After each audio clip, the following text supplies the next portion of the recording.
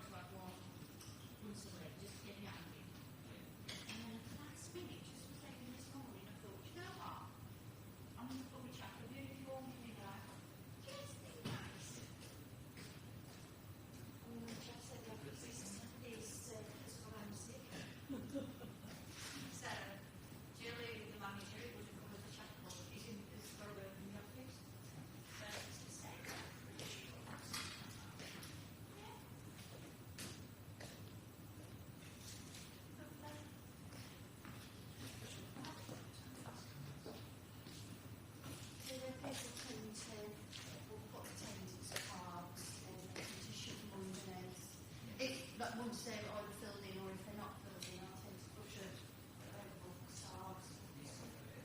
Yeah.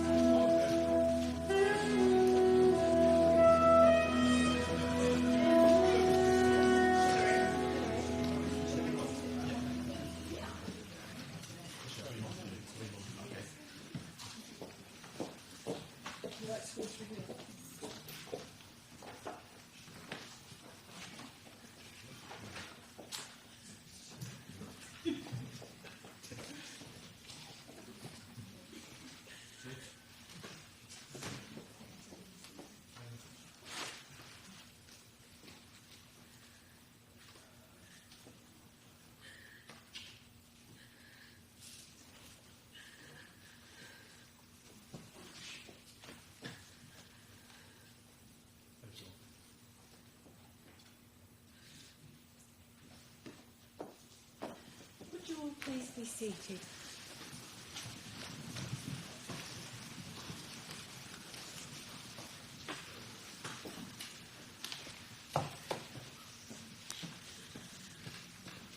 Good morning, everyone, and I thank you all so very much for being here today for this ceremony to say goodbye to someone who meant a great deal to all of you. My name is Jenny Good, and it's my privilege to lead you through today's ceremony. We are each unique beings with strengths and weaknesses and a story of our own to tell. And you're now going to hear how David made his own special mark on the world. And I'd like to invite Kate forward to read our tribute.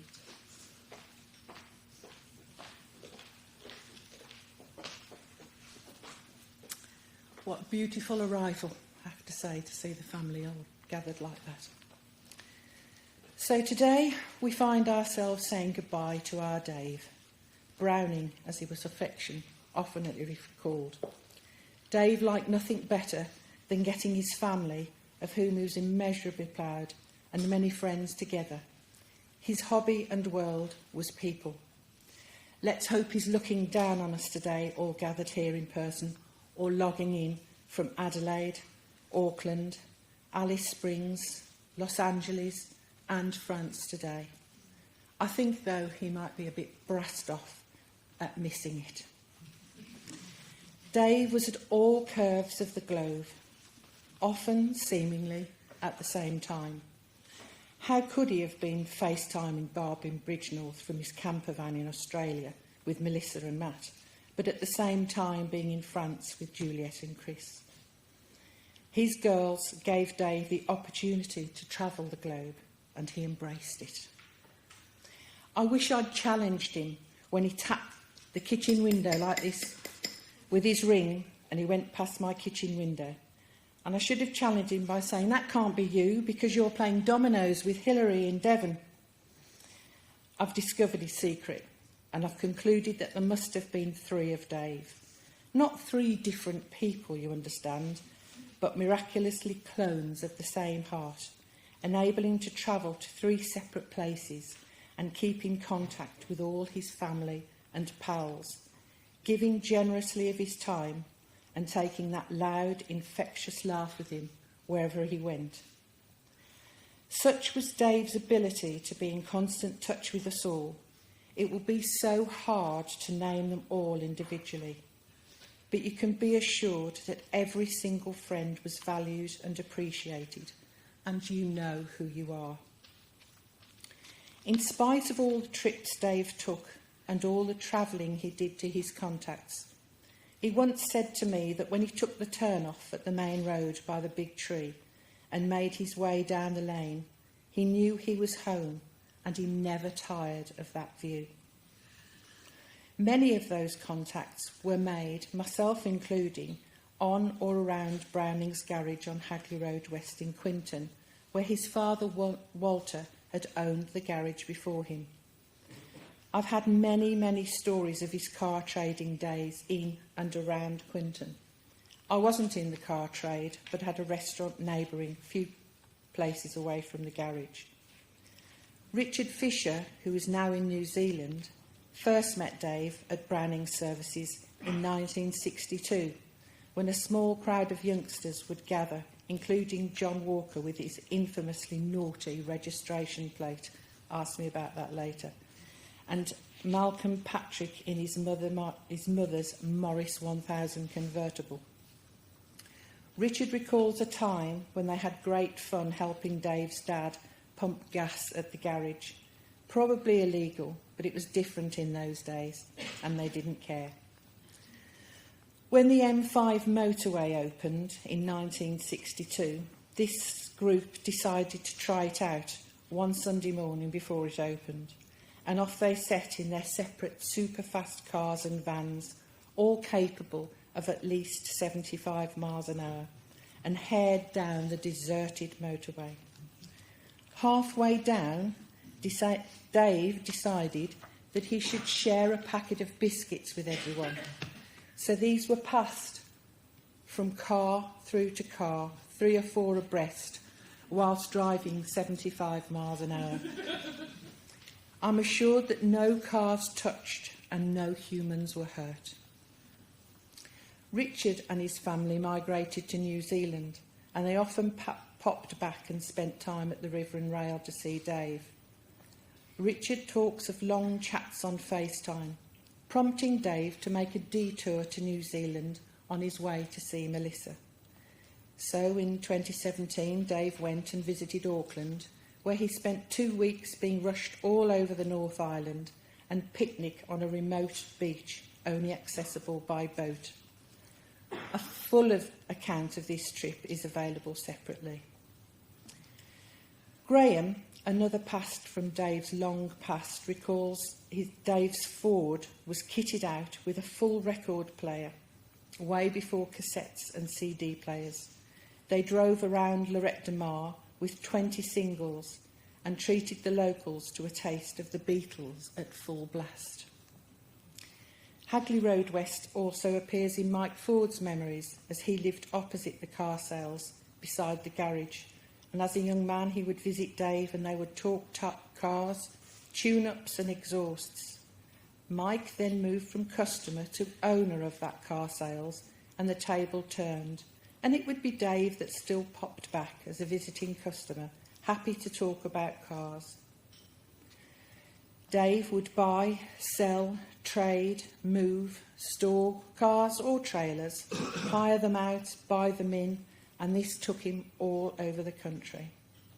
It was at this point when he also amazingly managed to open the hay wain with Cathy, and a common interest of friendship began between us. He would call us late at night when the bustle of the evening was over, and he would proudly tell me which famous names had visited his restaurant, to include Roy Wood, Robert Plant, Bob Warman, Graham Taylor, and many others. I was happy to listen and share his funny stories. Dave merged the worlds of cars and catering somehow and never lost the ability to wheel and deal. I remember on one occasion we collected asparagus stalks from a farm somewhere locally for the menu, and he exchanged the asparagus for a car part. Seriously. Dave was not a materialistic man, nor one to waste money. He made money, but he didn't waste money. And he was known to bind his shoes up with gaffer tape and mend his spectacles with electrical tape. He's encouraged me to hang on to my 16-year-old car until it no longer serves its purpose. However old my car is, I prefer to drive it than get in Dave's car. You've all mentioned Dave's driving, so I need not say more. He used to nag my daughter about learning to drive and offered to help her learn. She shied away, but only last week, at the age of 40, she drove all the way from London for the first time ever, and it was Dave I wanted to share the news with.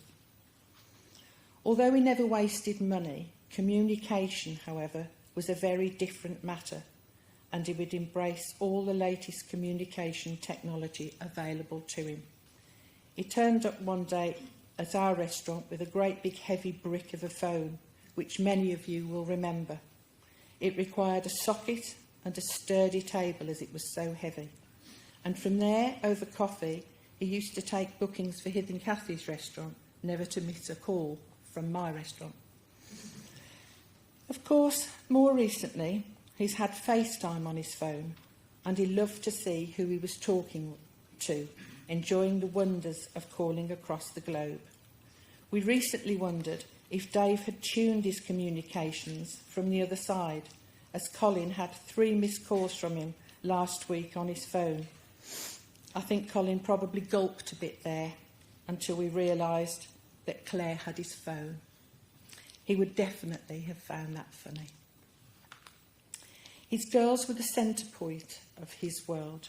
He was immeasurably proud of them for chasing their dreams. As Mel moved across the other side of the world after qualifying as a nurse, he said it was fantastic that she was just able to do it and was proud of her confidence. He loved being there for extended periods of time, travelling all over the place in his beloved camper van, FaceTiming all of us and sharing his adventures. There was always someone, somewhere, to talk to. He even took his granddaughter Bella with him on those little adventures, and she would sit in her booster seat and wave bye-bye to Mum and Dad as she drove off with her papa. When COVID hit, he was on the last available flight out and called to say he'd made it. He made the right decision, as Australia was a safer place for him to be. He made more friends over there, and they have happy and funny memories as he travelled in the camper van, taking his dominoes with him wherever he went, and he left sets of them all over Australia. Wherever Dave was, he missed the people he wasn't with, and he often needed those other Daves. He spoke in equal measure of his girls, and he was in awe of Juliet's entrepreneurial traits, both here and changing the river and rail then into the pub, into the pub, and then in France with her many various exploits. Dave loved an adventure, and he got excited about anything new, and with great success. He would arrive in France bringing his Mr. Tickle stories, his love, his laughter, while spending time with Monique and Max, their papa. When he visited Juliet and Chris, he would often be accompanied by Bridgenorth Bob, who was on transport frequently. He was fully in charge of all the logistical operations, all curries and most breakfasts. He was often on his side or on the phone, and they were the perfect fools and horses duo. Hilary, his close travelling friend, can recall the time when Dave offered to take her to a party when she was 18. What Dave had failed to tell her was that he invited 2 other girls at the same time. Dave must have thought that the aforementioned other 2 Daves would turn up and help him out. But Hilary had other ideas after she saw that bench seat in the back of that car and left the party with Mike, whom she remained married to for 45 years. I think Dave would have raised an eyebrow there and said, I've but I've never hurt anyone. His penchant for double entendre and innuendo never left him.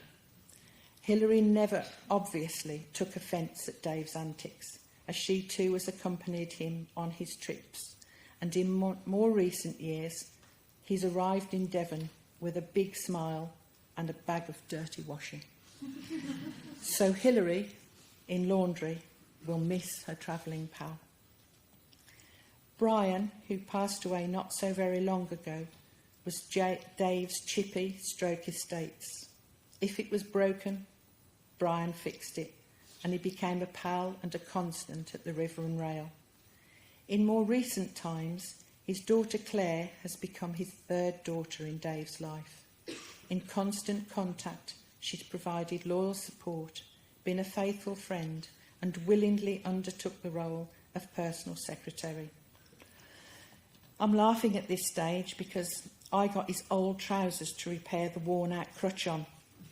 But I know I did a good job because a fortnight later he bought 2 more pairs back. So Claire, from admin, became a whole new life to Dave and her girls, Leisha Rose and Liv, who called Dave Grandpa. Dave has been a support network to Claire, as he gave her the confidence she never thought she could muster before buying her home, and gives thanks for the trust and innate faith he gave in her herself, in the very same way he gave his own girls. She shared the antics her dad, Brian, from estates, and he used to get up to when they went to B&Q on a Wednesday. They used to buy pipings and fixings and thread them together and take them to the till as one item, and then show his Wednesday afternoon pensioner card to get a discount.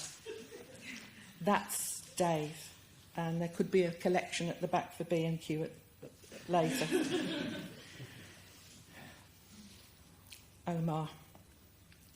Omar too has played many roles in Dave's life over the past 20 years. And if I said they had just business dealings, were neighbours and close friends, I would be doing them both a disservice. As Dave said, Omar was an exceptional and loyal son. A son in every way possible that a man could ask for. What a compliment. Omar and his wife Laura have many wonderful memories of Dave, but today they touch on the happy and thoughtful memory of Dave taking to the garage roof late one night to capture the moment on camera when baby Jacob came home from the hospital, then holding their new baby as both David and Jacob fell asleep, safe, secure and gentle. On one of our rare reflective moments, he once told me that every personal and business relationship he had ever had, it left him a better person, either more patient, more tolerant, more cautious, or even gave him the ability to shut up and say nothing. I laughed at that last one, but it was quite a profound statement for a gregarious car dealer turned publican with literally hundreds of friends, many business contacts and a growing family. He had clearly thought deeply about everyone, both business and personal, and how they had impacted on his life. Dave has left us now, aged 81, and he's now left us better people for having his friendship and his valued parenting. He was gregarious, he was a successful businessman, but also a gentleman. If we measure the success of our life on the friendships and family you've left behind, then we can truly say that his life was an outstanding success. He even managed to close the well-travelled circle of his full life with ending it in his own way. He would have turned at the tree on the main road on his last day, having enjoyed breakfast with Bridgenorth Bob, and driven down that lane, a healthy man, in no pain, no dementia, and maybe noticing that spring had arrived on that view he loved so much. He would have breathed in that countryside and said, "I'm home."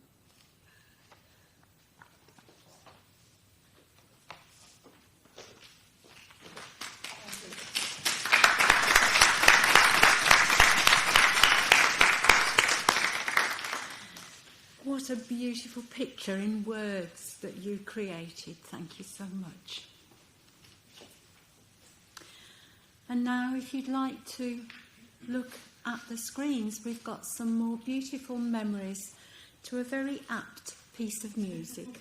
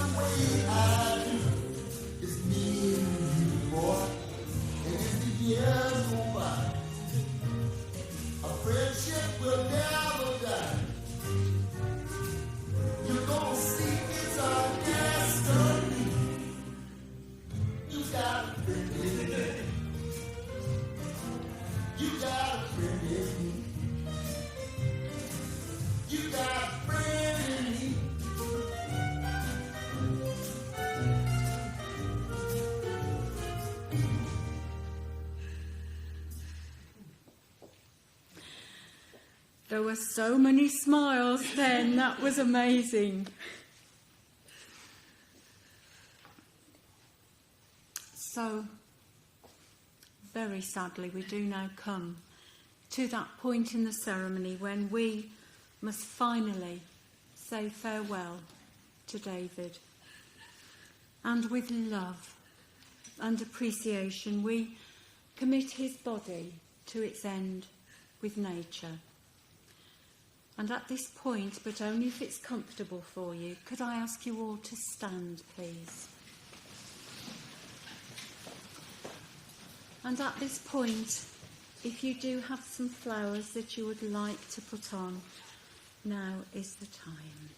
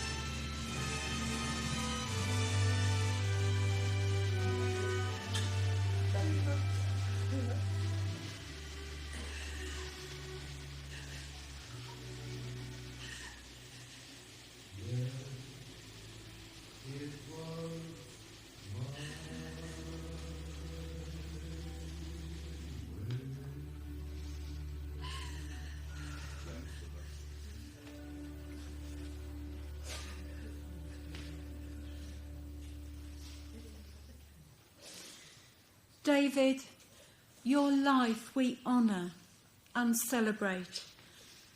And as we say goodbye, we are grateful for your life. Rest now, at the end of your days. We leave you in peace and with respect bid you farewell.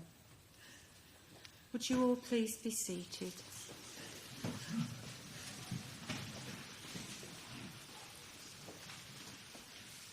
And so finally, please let me thank you all so much for your presence here today.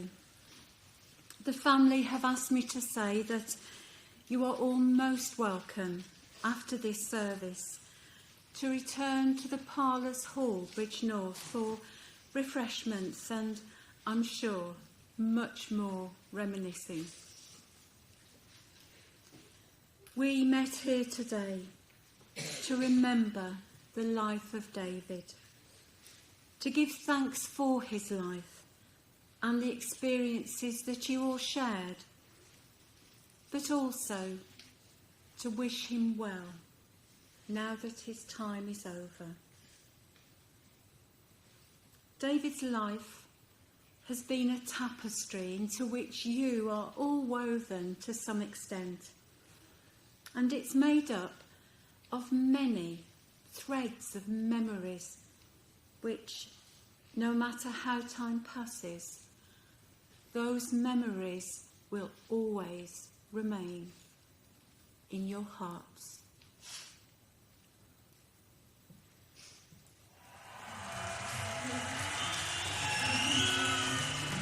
Some things in life are bad, they can really make you mad. Other things just make you swear and curse. When you're chewing on life's gristle, grumble, give a whistle, and this'll help things turn out for the best. Hey, always look on the bright side of life. Always look on the bright side of life. Life is going on, there's nothing forgotten, and that's the law of paradise. When you're feeling the dust,